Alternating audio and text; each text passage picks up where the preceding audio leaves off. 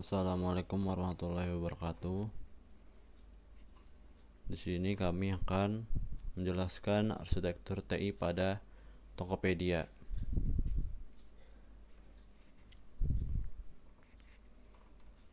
Pertama-tama saya akan mengenalkan beberapa anggota dari kelompok saya. Pertama ada Guntur Arsy Aturdin, yang kedua saya Muhammad Fareja, yang ketiga Ardi Muhda Mifrian, yang keempat ada Ahmad Rafiki, yang kelima ada Tarigan John Giri, keenam ada Febrianto Dewi Anggoro Widodo. Tentang perusahaan, Tokopedia merupakan pasar atau mall online terbesar di Indonesia yang memungkinkan individu maupun pemilik usaha di Indonesia untuk membuka dan mengelola toko online mereka secara mudah dan gratis, sekaligus memberikan pengalaman berbelanja online yang lebih aman dan nyaman.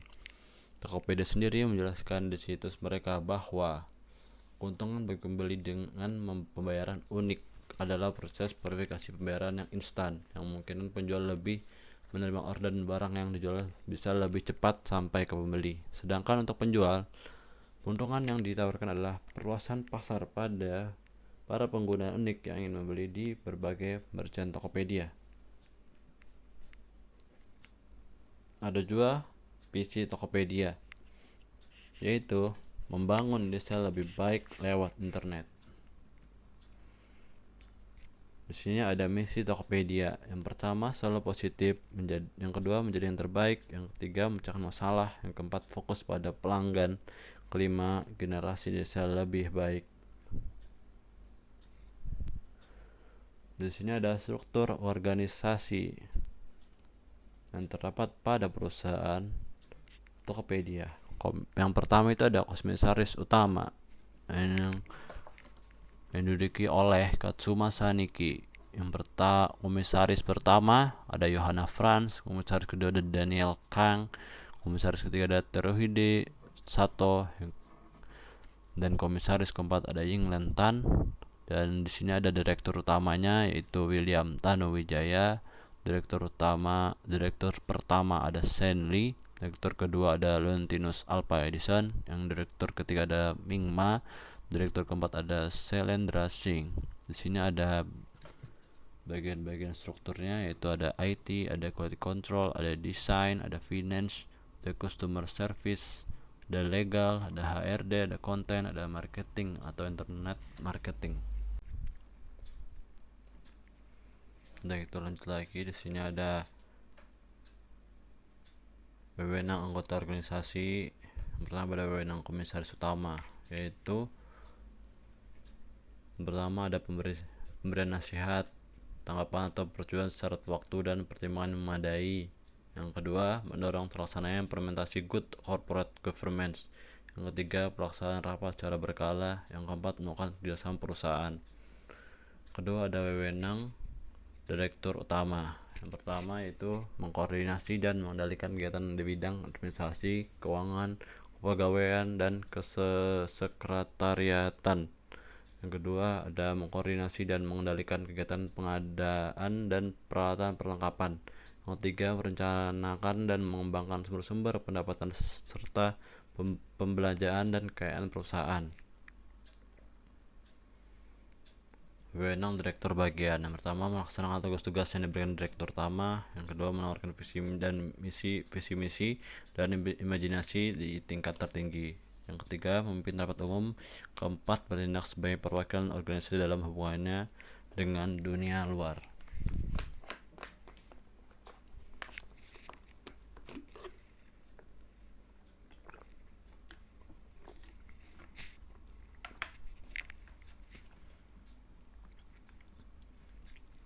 Di sini ada wewenang di bagian IT. Yang pertama, menerima, memprioritaskan dan menyelesaikan permintaan bantuan IT.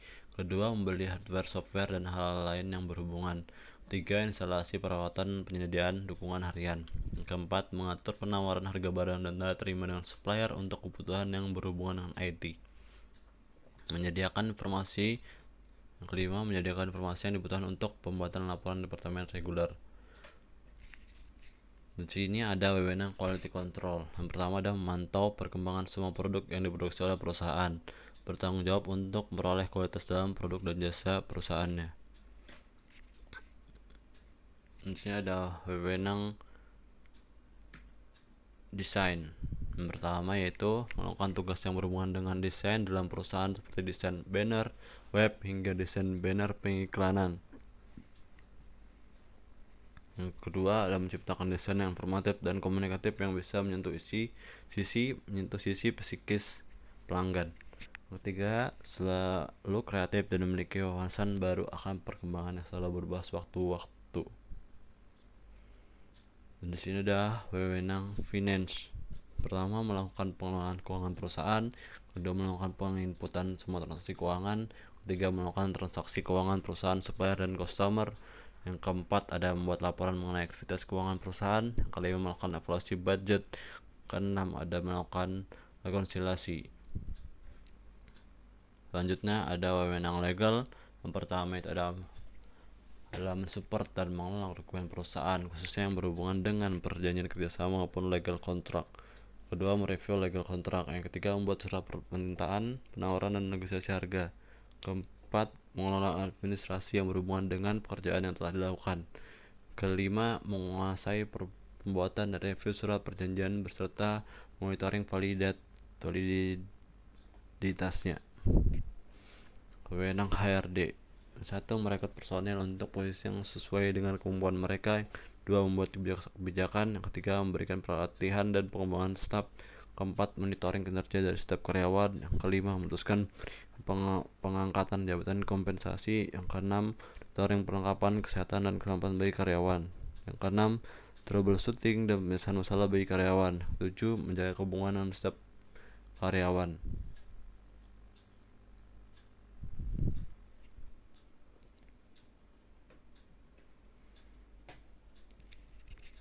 Setelah itu ada wewenang konten. Yang pertama, pembuatan konten di blog Tokopedia. Kedua, mengkoordinir semua hal yang berhubungan dengan konten dalam website Tokopedia. Ya, di sini ada fitur registrasi. Yang pertama, kalian akses aplikasi Tokopedia kalian yang telah kalian download di Android atau iOS kalian.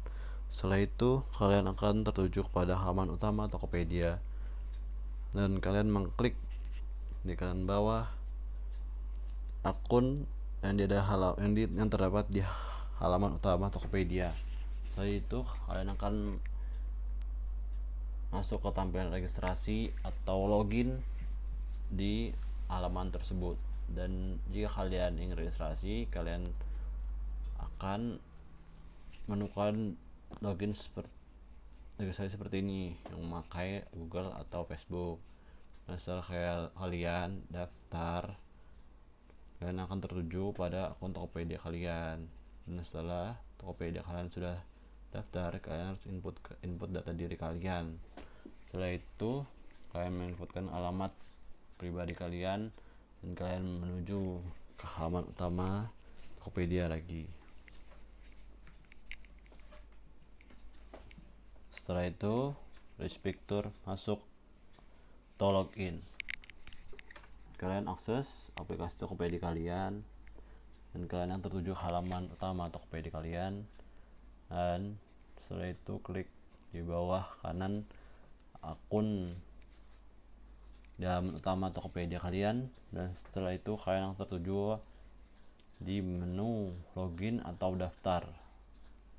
Berhubung ini fiturnya login, kalian tinggal login akun yang kalian daftar tadi dan kalian yang tertuju pada halaman akun seperti ini yang di kanan ini. Dan setelah kalian tertuju itu, kalian akan disajikan oleh tampilan login seperti ini. Mau login lewat Facebook atau email juga bisa. Jika kalian sudah sukses login, kalian bisa kembali ke halaman utama kalian. Kalian akses aplikasi Tokopedia kalian. Setelah itu, kalian akan tertuju pada halaman utama kalian dan kalian akan mengklik pencarian barang yang tersedia di halaman utama kalian, yang biasanya itu di atas kiri atau kanan aplikasi halaman utama Tokopedia kalian, dan kalian akan mencari barang yang kalian butuhkan. Setelah itu kalian bisa masukkan dalam keranjang dan kalian bisa check out atau melihat barang yang pesanan kalian lihat yang ingin lihat di keranjang.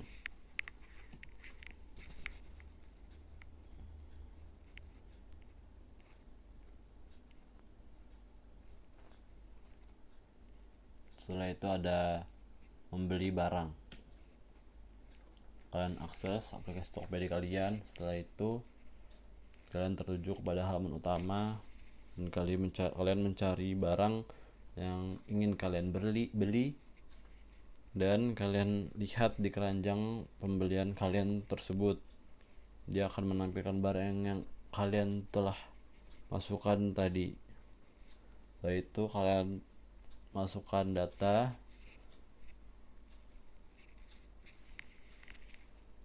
kalian. Jika sudah fix betul, maka akan seperti ini dan kalian pesan barang dan disitu akan muncul nomor virtual akun dari sang penjual tersebut, dan kalian bisa membayarnya lewat Alfamart atau transfer ATM. Di sini ada diagram activity daftar atau register. Yang pertama itu ada user mengakses ke Tokopedia. Aplikasi Tokopedia sistem menampilkan halaman. Setelah itu user akses registrasi. Dan ketiga ada menampilkan halaman registrasi oleh sistem, dan sistem bisa mengalihkan ke daftar akun Tokopedia kalian, atau kalau kalian sudah punya akun kalian tinggal login dan kalian bisa akses ke Tokopedia dan input data pribadi kalian. Jika kalian belum punya akun Tokopedia, maka kalian harus daftar lebih dahulu, memakai akun Google atau akun Facebook. Setelah itu kalian menampilkan halaman izin persetujuan dari sosial media, misalkan kalian menggunakan Facebook atau Google, dan setelah itu validasi dan selesai. Diagram activity login. Diagram activity login terdapat dua di sini, yaitu user dan sistem.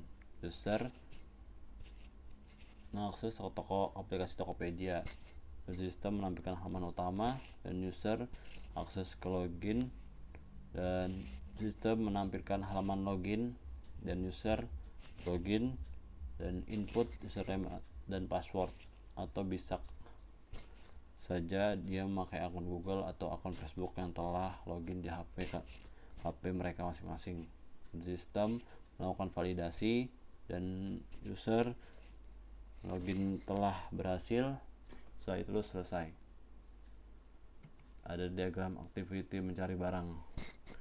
Itu user mengakses aplikasi Tokopedia dan sistem menampilkan halaman utama, dan user mencari barang yang ingin dia cari, dan sistem menampilkan sortiran barang yang user inginkan. Selesai. Diagram activity transaksi. Yang pertama itu ada user mengakses aplikasi Tokopedia, sistem menampilkan halaman utama, user mencari barang yang ingin dicari. Baru setelah itu sistem menampilkan sortiran barang-barang yang ingin dicari, dan user memesan barang, dan user login, dan sistem memberitahukan via email untuk bertransaksi di Tokopedia, dan user transaksi ke Tokopedia. Sistem verifikasi dari user, dan penjual ternotifikasi bahwa barang ingin dibeli. Setelah itu sistem mengkonfirmasi kepada user bahwa verifikasinya telah berhasil. Selesai. Aplikasi yang digunakan di perusahaan Tokopedia: Oracle, pilihan database-nya Perl, bahasa pemrograman terhadap perusahaan Tokopedia. Apache Mutper adalah yang mereka gunakan terhadap web server mereka. Database Tokopedia. Database Tokopedia di sini dapat tabel transaksi, kode transaksi, tanggal, kode pembeli, kode barang, harga barang, jumlah barang, jasa pengirim, daya jasa, total bayar. Ada data pembeli, kode pembeli, nama pembeli, alamat, kode pos, nomor telepon, dan data barang, kode barang, nama barang, berat, penjual, harga. Analisis sistem informasi Tokopedia. Transaction Process System, sistem informasi yang mengatur segala bentuk proses transaksi antara pemilik perusahaan dan target konsumen. Kedua, ada Management Information System, sistem informasi yang menyediakan untuk memberikan laporan detail kepada pihak manajemen. Ketiga, Decision Support System, sistem informasi yang menggunakan data khusus yang mendukung Executive Support System atau ACE dalam pengambilan sebuah putusan untuk meningkatkan efisiensi dari permasalahan. Executive Information System, bagian tingkat tertinggi dari sistem informasi suatu perusahaan yang berperan pada pembuatan kebijakan baru, mengesahkan kebijakan baru serta mengeksekusi kebijakan tersebut. Topologi jaringan Tokopedia. Leon sebenarnya memang seorang engineer. Dia sendiri mengaku bahwa dirinya hanya help engineer. Latar belakangnya adalah pekerja untuk client enterprise. Itulah benarnya mengapa waktu yang membangun Tokopedia dia memilih Oracle sebagai pilihan database, Perl sebagai bahasa pemrograman, dan Mutper sebagai web servernya. Oracle yang digunakan itu adalah Oracle Express Edition for 4GB. Ini adalah versi gratisan dari Oracle dengan berbagai bahasannya. Server yang digunakan adalah server fisik. Kedua server ini identik. Struktur ini terbilang sangat sederhana, wajar memang untuk startup yang baru dibangun. Saat itu semua berkas yang diupload merchant dan pengguna langsung saja disimpan di web server CDN, Content Delivery Network, ataupun Cloud Storage. Leon bahkan mengaku saat itu tidak tahu apa itu CDN. Dia hanya tentang CDN, ia bahkan belum tahu tentang Avstat ataupun Google Analytics, perangkat untuk memonitor traffic kunjungan website. Seperti di gambar sebelah kiri ini. Sekitar 1 bulan setelah Tokopedia meluncur, traffic tumbuh pesat. Server Tokopedia pun mulai melambat. Sektor Tokopedia pun segera menyelesaikan terhadap perusahaannya. Apache server dipecah menjadi dua, satu untuk berkas statistik, satu lagi untuk konten dynamic content. Namun ini pun tidak bertahan lama. Server Tokopedia mulai melambat. Penyebabnya ada berapa? Pertama, ada Oracle yang mereka gunakan mencapai batasnya. Versi ini kapasitasnya hanya terbatas hingga 4GB. Dua, tidak ada partisi. Ketiga, tidak ada aplikasi database. Yang keempat, ada indexing yang jelek. Kelima, semua aktivitas read atau write dilakukan pada database server yang sama. Seperti gambar di kanan ini. Setelah itu, database akhirnya mereka ganti ke PostgreSQL, sebuah aplikasi database yang populer di dunia open source. Karena PostgreSQL memang sudah mendukung replication, maka Tokopedia pun memecah database menjadi master slave. Pilihan jatuh ke PostgreSQL karena menurut Leon ada banyak kemiripan dengan Oracle. Tuh contohnya adalah format data time-nya. Di bulan April 2015, Tokopedia sempat mengalami masalah cukup besar selama 21 hari akibat PostgreSQL. Penyebabnya adalah versi PostgreSQL yang mereka gunakan ternyata memiliki bug pada bagian indexingnya. Akibat bug ini hasil query ke database menjadi kacau. Kalian memberi contoh ketika mereka melakukan query ke satu record spesifik, yang keluar bisa jadi 3 record. Namun tidak menjelaskan lebih lanjut bagaimana akhirnya mereka mengatasi masalah ini.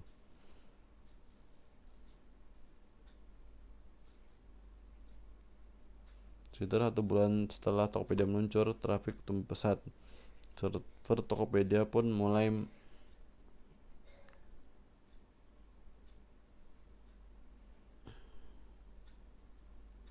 ini masuk ke gambarnya ya, yang kanan.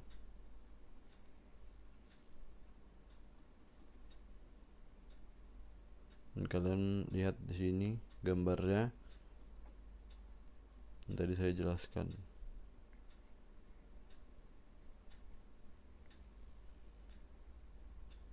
Tokopedia kembali melambat kali ini. Permasalahannya di bagian research. Fitur research di Tokopedia masih langsung dilakukan ke database PostgreSQL itu sebagai ketika semakin banyak penjual yang mengunggah produknya bisa hampir tiap detik, performanya menjadi makin melambat. Akhirnya Tokopedia milih menggunakan SOLR. Ini adalah mesin untuk pencarian yang sangat populer karena pelayanan cepat dan relatif mudah. Aplikasi ini juga open source dan gratis. Tapi pertumbuhan pengguna Tokopedia memang tak terbendung. Situs Tokopedia pun mulai melambat lagi. Penyebab diantaranya adalah penggunaan Apache Mod Perl yang makan banyak sumber daya atau resource. Lain itu juga karena ada bagian dari kode programan yang menyebabkan terjadi memory leaks, seperti gambar di kanan.